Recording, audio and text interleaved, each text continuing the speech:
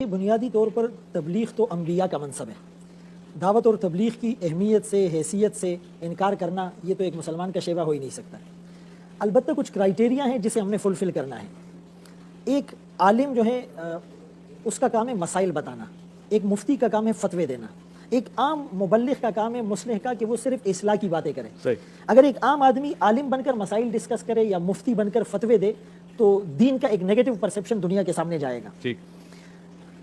تبلیغ ایک ایسا کام ہے کہ یہ ہر مسلمان کی ذمہ داری ہے، اور ضروری نہیں ہے کہ اس کے لیے آپ اپنے گھر سے نکل کر کے جائیں گے تو یہ فریضہ سر انجام دے پائیں گے. آپ اپنے گھر میں، اپنے آفس میں، اپنی گاڑی میں، اپنی مارکیٹ میں، اپنے محلے میں کسی کو بھی خیر کی بات کریں گے، یہ تبلیغ ہی ہے.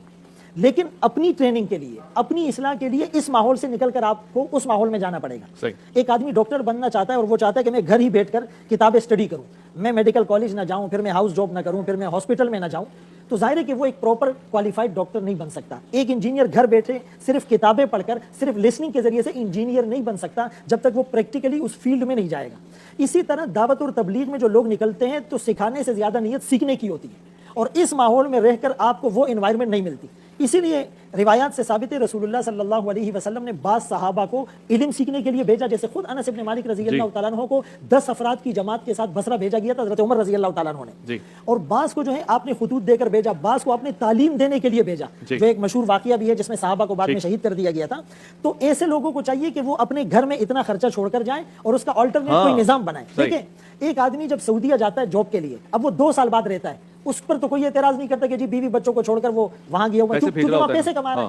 لیکن دعوت اور تبلیغ تو مسلمان کے لیے اپنے ایمان اور عقائد کو سیکھنا مال کمانے سے بھی زیادہ ضروری ہے. تو اگر وہ خرچہ چھوڑ کر چلا جاتا ہے تو پھر اس کو اس طرح بلیم نہیں کیا جا سکتا. اگر 2-4 لوگ خرچہ نہیں چھوڑتے یا وہ اپنے گھر والوں کی صحیح نگہبانی نہیں کر پاتے تو اس کو بنیاد بنا کر پورے تبلیغ کے کام کو کرٹیسائز نہیں کیا جا سکتا.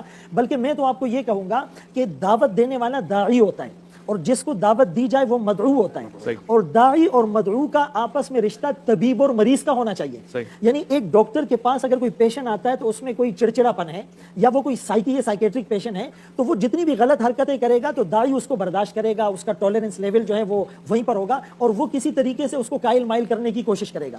تو اسی طرح ایک داعی جب کسی کو دعوت دیتا ہے تو اس کو آگے سے کڑوی کسیلی باتیں بھی سننے کو ملے گی، اس پر اعتراضات بھی ہوں گے، اس پر تنقید بھی ہوگی، پتھر بھی پڑ سکتے ہیں، لیکن اس کو یہ گھونٹ پینے ہیں.